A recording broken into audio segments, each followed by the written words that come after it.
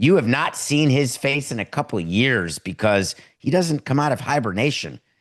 Ladies and gentlemen, we've got a World Series winning general manager, someone who is a very, very close friend of mine, someone who I won a World Series with. Larry Beinfest agreed to come on the show. Hello, Larry. Good morning, David. How are you today?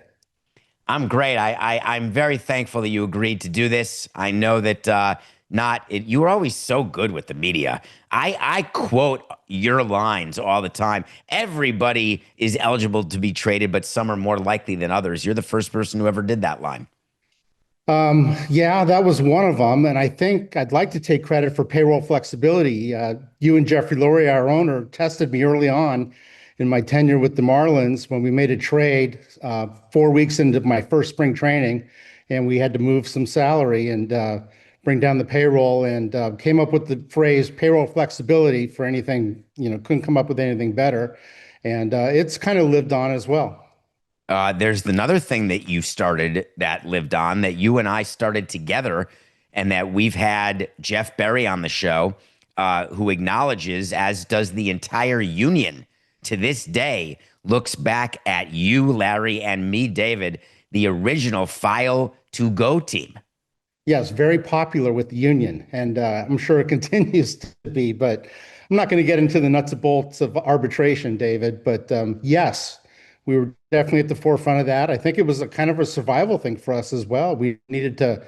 We were running on some shoestring budgets and some tight revenues, and we needed to find ways to be as productive as possible with our payroll. And dealing with arbitration and midpoints and all the nuances of that, it just didn't make sense to us.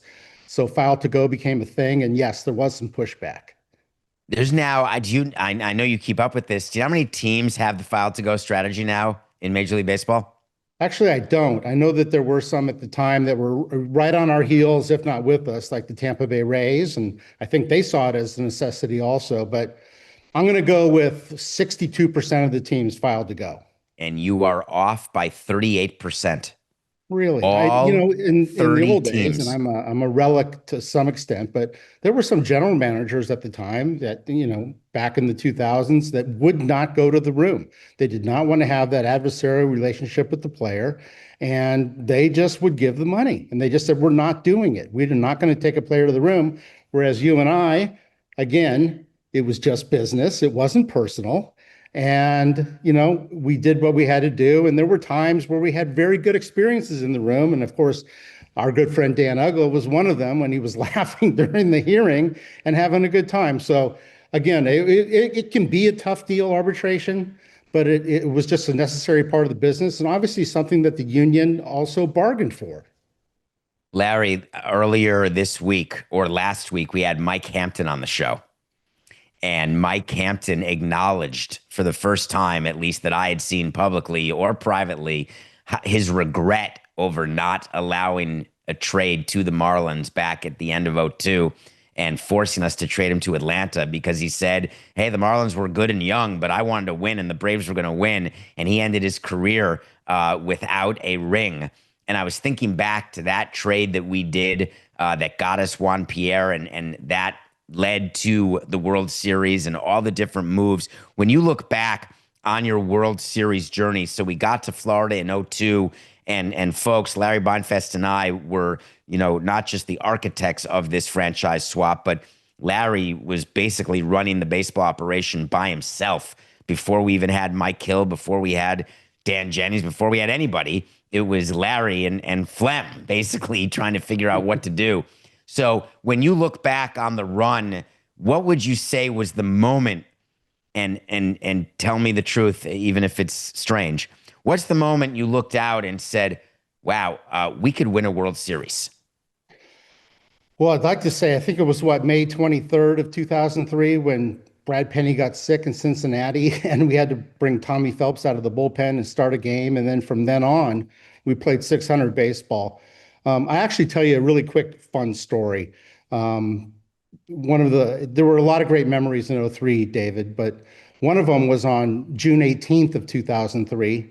Todd Hollinsworth was our everyday left fielder, and he was struggling out in left field.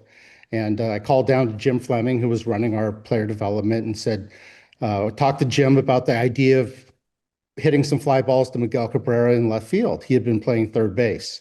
And so we decided that day that we would hit some pregame fly balls to Miguel Cabrera in left field and see how he did. And I asked Jim to give me a call later after he went through his workout and see how it went. And he called and said, yeah, he caught all the fly balls. He looked fine. He's a great athlete. And I said, great, let's hit him some more fly balls tomorrow and put him in the game. And that was on June 19th. And he went into the game. He made all the plays in left field. We flew in some of our instructors. It was all hands on deck, and he did fine. And he had like 3 hits. He was winning the Triple Crown in Double A at the time. And on June 20th, we brought him up against the Tampa Bay Rays at home in Miami, put him in left field, and he ended up hitting a walk-off home run. And I think it was kind of that night, David, and obviously Miguel Cabrera would go on to be a Hall of Fame player, and obviously a lot of controversy with the trade and everything that went down with Miguel. But putting him in left field was we're kind of like saying to ourselves, wow, not only are we playing really good baseball, but things are kind of going our way right now. And we're doing off the grid kind of things and putting this career infielder in left field within 2 days, and it's working. And that was kind of a microcosm of that year. There were a lot of down periods. Obviously, in April and May, it was as dark as it could get. And we had a lot of struggles, including the Mike Lowell breaking his hand on August 31st and all the stuff that happened. But that team persevered. And I think the thing with Miguel was kind of an illustration of it, that this team found a way to win. And we truly believed in what we were doing. I was thinking about that every team that wins a World Series, we say that team found a way to win.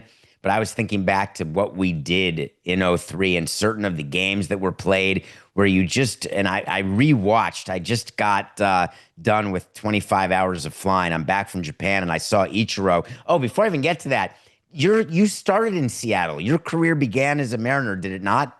It did. I was there from 1990 to 1999, 10 years. I did meet Ichiro once. He was a guest of the Mariners in spring training of '99. He was still playing in Japan. He wouldn't know me from anybody. I shook his hand and said hello, but there was definitely something about him. It was magnetic, and it just looked like he was a superstar, even though he was in a different environment, didn't speak a word of English. And he just spent about 10 days in camp with the Mariners. And then obviously, I think a year or two later, he became a Mariner and obviously an all-time great Mariner and a Hall of Famer and eventually a Marlin with you. But I missed that time with him in Miami, but I did meet him way long ago before he was a Mariner. How did he get? I never knew that story. I've never spoken to Ichiro about that. How did you get him to come to spring training for 10 days? Under what? Was he a roster invite? Was he a guest? Did he appear in games? No, I don't think he did. And I don't think that he wore number 51 either, because I think Randy Johnson was wearing that number at the time. Jim Colborn was our Asia Pacific kind of director with the Mariners, and he had a relationship over there, and somehow through his agent got Ichiro to come as a guest. I don't believe he played in games. I think he just worked out with the team and got to be around the guys, Ken Griffey Jr. and A-Rod and Randy Johnson and Edgar Martinez, and just to get comfortable with the environments and check things out. I think it was one of the first times that had happened, maybe to a player of that caliber. And then, what happened eventually was you had to do a sealed bid at the time to try to get the players right. So it didn't really matter whether we had a relationship or not. It just came down to money. And I remember the story was told to me. I was not involved in the actual sealed bid, but the owner of the Mariners at the time was the Nintendo guy, wasn't he? Nintendo, yeah. And he said, we will not be outbid. So I don't know what that final sealed bid was, but it happened and they did not get outbid, and the rest is history with Ichiro. So I was thinking about greatness and superstars, and I was thinking about, because it's easy and fun for me to think about '03, but during the course of your career, and you had a very long career, for people who don't know, I don't want to take the time to go through everything you did, but pay attention. Larry is one of the best GMs to ever do it in the history of our game. Who would you say is the player that, whether it was your player or not, who, when you were watching him play, you said, I've never seen anyone like this before? Well, I think I'd have to go back to my Seattle days again, David. And Ken Griffey Jr. was a talent unto himself, and there was no question about it. But I had never seen anything quite like Randy Johnson. And every fifth day when he pitched, it was an event, and I couldn't wait for it to happen. You just felt like he was going to throw a no-hitter every time he took the mound. And when you're 6'10", throwing 99 miles an hour, with the arm angle and everything coming at you. It was just pure excitement. And there was nothing like I had ever seen. There had been tall pitchers in the past, um, but nothing like Randy Johnson. And when I got there, he was still early in his career, was still working through some control issues, which even made things more exciting because the ball wasn't always in the zone. And when it was coming at you at that velocity, it was unbelievable. And one last thing, I know my answers are long-winded, but I'm fired up right now is Randy Johnson was unreal that he would throw 99 in the ninth inning on his 116th pitch. He was I would say a freak in a lot of ways, but he was just a gifted guy. He was strong, even though he looked wiry and tall. He was strong, and he was unbelievable. Was that the beginning of your philosophy that pitching and defense wins rings? Was Randy Johnson sort of when you looked at him and said, wow, if we could get this, we can win? Well, there's a couple things. I think my time with the Mariners taught me a lot. We played in the Kingdome, which was an offensive park, and we were always a little bit short on pitching. And you kind of learn through the game that you just couldn't outscore your opponent every night. And we had one of the most prolific offenses of all time. We had Griffey and A-Rod and Edgar Martinez and Jay Buhner, and we did nothing but score runs. But you just couldn't do it every night. And pitching and defense shows up every day. The offense always doesn't. And you got to be able to even those things out. I'd like to tell you one more quick story. I'm not sure how much time you have, but you brought up Mike Hampton. And Mike Hampton had a very large part in kind of shaping my philosophy, which was, and I know you and Jeffrey Loria owner heard it from day one, is pitching is really hard to find. It's really hard to develop. You never have enough of it. And if you want to buy it on the open market, it's extremely expensive. So you got to hold on to your pitching. Quickly on Mike Hampton, he was a Mariner in 1991, pitching in short season Bellingham. Great athlete, superb competitor, good looking young prospect. He ended up pitching for the Mariners in 93 a little bit and then was traded after that season. Fast forward 1 year to 1992 in Bellingham, the same short season team. There's a young, lanky pitcher named Derek Lowe. Now, Derek Lowe would go on to be a great Boston Red Sox, but not before he was traded out of Double-A with Jason Varitek to the Red Sox. So Derek Lowe never pitched for the Mariners. Mike Hampton pitched for the Mariners briefly, and it was from that time forward that I said, we're not trading young prospect pitching. It's not happening. And Mike Hampton and Derek Lowe were part of that. And again, they both went on to unbelievably great careers. I forced you to trade young prospect pitching from time to time. And I remember the arguments we would have because I know that our owner was always wanted to, look at today. And I fell victim to that as well. And you could end up chasing the next World Series ring so badly. But I think what we've seen in today's game is that young pitching and pre-free agent pitching, that hasn't changed over the 20 years since we won the ring. You need that. And that's, the interesting thing. You look at Paul Skeens and whether or not Pittsburgh should trade him and why aren't they winning more around him? Well, you hope you can win before he becomes a free agent, but there'd be no reason to trade him now. You still would be the same with if you're running the Pirates, you're not trading Skeens, right? Well, I was on the way end of the spectrum. I would try to hold on. I mean, we had prospect pitching that was struggling that I still wouldn't trade, that in the hope that we would, do our job and get the most out of the player and fulfill their potential. And those 0 to 3 pitchers, David, like you said, are gold. They're the most valued commodity in the game. They can drive your franchise in a lot of different ways. And you cannot win without That's pitching. pre-arbitration pitchers, folks. 0 to 3. When Larry says 0 to 3, he's talking about guys making the minimum. Go ahead, Larry. Yeah, and the bottom line, David, is if you don't have pitching, you don't have a chance. I don't care who you are. I don't care what your payroll is. I don't care the changes in the game today. It's still the same. If you don't pitch, and you go into the season without your pitching having a chance, you're not going to have a good season. It's just bore out in the stats over the number of 150 years. That's just the way it is. Pitching wins.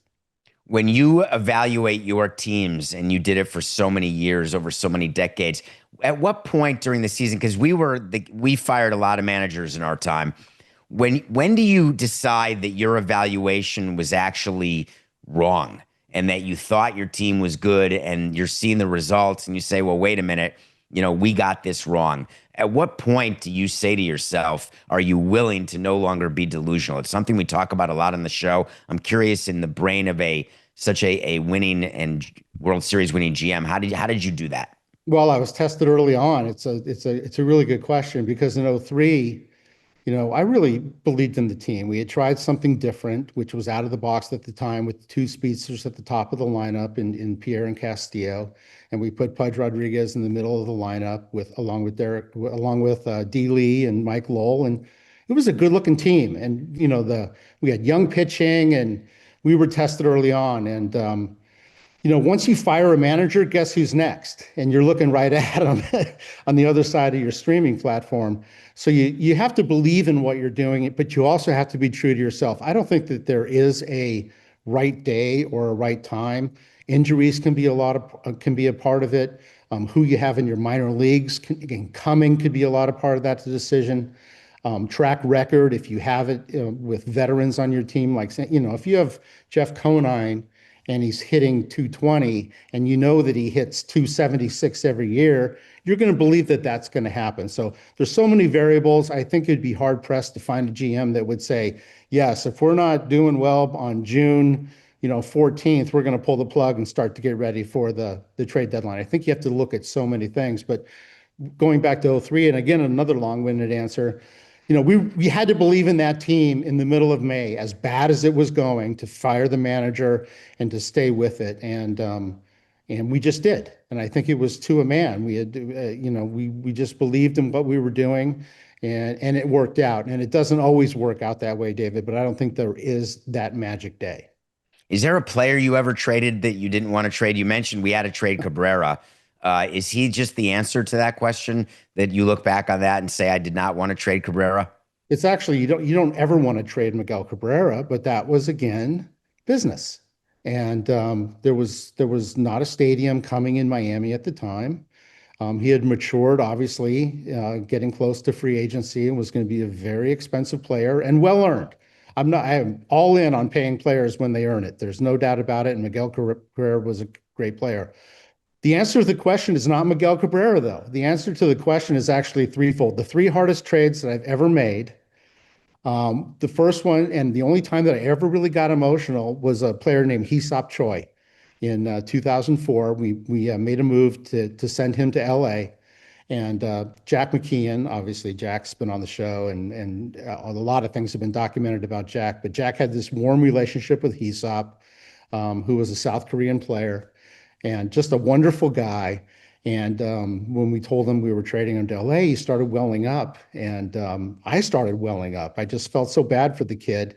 And again, this was a business where I had been, trained. We release players and you trade players and you make all these hard decisions, but that was a tough one. And then the second one and the third one really go hand in hand. And that goes back to 2005 when we traded Pierre and Castillo that winter, along with several others. But they were very special to me. It felt like kind of our baby, that we came up with that philosophy to put the speed at the beginning. And in Louis's case, he was a special guy, kind of quiet, kind of quirky, but he was really, truly a great Marlin, and probably one of the greatest Marlins.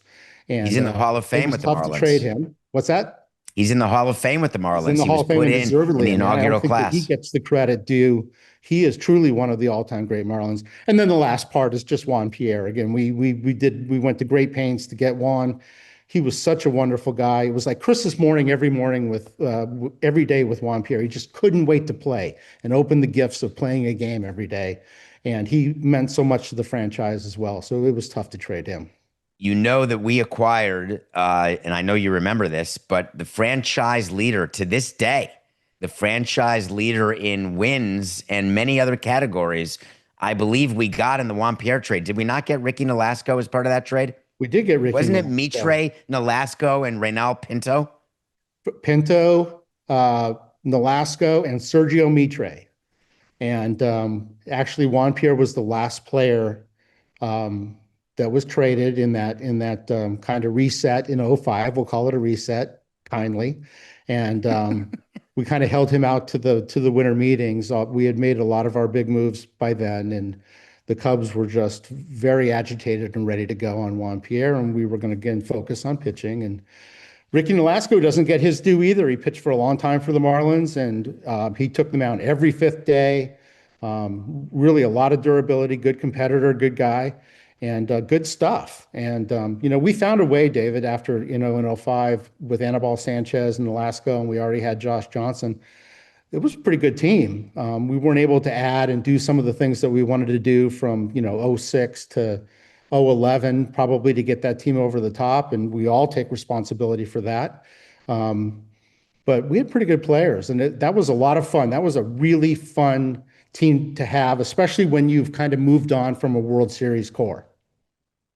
When you look at building another World Series team, which you tried to do, we all tried to do it, and we just could not get over the hump. And it really was. You mentioned what a good team it was, and look back. Now, it doesn't mean we didn't fire Joe Girardi after 1 year winning Manager of the Year. And folks, you're listening and talking to someone who was part of that with me. But when you're looking at the game today, if you're running a team today, are you still starting? Who are you starting with? Like, who's the player if you're trying to build a World Series champion who's playing right now? And the reason I'm asking, obviously, I could give you two players, one who's making money, one who's not. Who are you starting with? Well, not to disappoint you with the pitching, I would have to go with Paul Skeens. I mean, just to have that frontline starter, we talked earlier about Randy Johnson, the confidence that a team has every fifth day with that kind of quality on the mound, you just feel like you're going to win. And I think it's from ownership on down, all the way into the clubhouse. Man, we're going today. We got the big unit out there, or we have Paul Skeens out there, or we have Josh Beckett out there. We're going to win today. And that's a good feeling when to go into a ballpark with. So I think you have to. I know that there's tremendous risk with pitching and the attrition and the injuries, but to be able to start with somebody like that is so dominant is just amazing. Another player, though, that might surprise you a little bit, and I happen to see him this year. I don't go to a lot of games anymore, David. I've kind of, as you can see from my hat, I've kind of gotten into hockey and my Florida He's wearing a Panthers. But I Panther did go to a hat. Cubs game, and I was super impressed with PCA, with Pete Crow Armstrong. He looked like a guy, he looked like a culture guy, like a hardcore player and super gifted. And I think that he would be an interesting player because of his tools. He can run, he can defend, he hits with power, he hits for average, he's on base, kind of does it all. Be a very interesting guy also to build around. And again, staying with our theme, we're talking about a rookie player that you have under control for several years. So when you look at that and you look at his slump over the second half as the GM of the Cubs, you still say that your evaluation of him, it's based on the first half and you ignore the second half, or at what point do you get concerned? Players go through slumps. Some go through a lot shorter slumps than others. I'll give you two examples. Alex Rodriguez came up. He went into a 2 week slump and actually got sent back to the minor leagues in 1995 and then came back and then was never in a slump again. And again, I don't want to keep going back to '03, but there was a time when Miguel Cabrera also had a 2 week slump. And it was only 2 weeks. And we're talking about Hall of Fame players, the elite of the elite hitters of all time. I'm not sure I'm ready to put Pete Crow Armstrong into that category, but Miguel Cabrera, you have to say this guy's always hit. He is a natural hitter, and it's going to happen. And the league adjusts to these players. They have all the video. They have smart guys. They know what they're doing, and there's an adjustment period. Maybe Pete's has gone on a little bit further than you would think with a player that gifted, but I don't think that Jed Hoyer is losing sleep at night over Pete Crow Armstrong. Maybe in the short term he is, because he's in a playoff race and he's looking to October and he wants that piece to be as productive as possible. But I don't think that would change things. And you just have to stay with your evaluation. Larry, we could spend more time. I only asked you for 25 minutes, and I didn't even get to talking about what it is to build a team now. There's so many other things. Will you come out of hibernation and come on the show again? Anytime, David. For you, anytime. It's been fun reminiscing, even though I'm halfway awake and only half a cup into coffee. But I do appreciate you having me on. Thank you, Larry. Larry Beinfest, World Series winning GM, former president of baseball operations, a career baseball person who's a winner, a true winner. Larry Beinfest, thanks for being here. Thank you, David.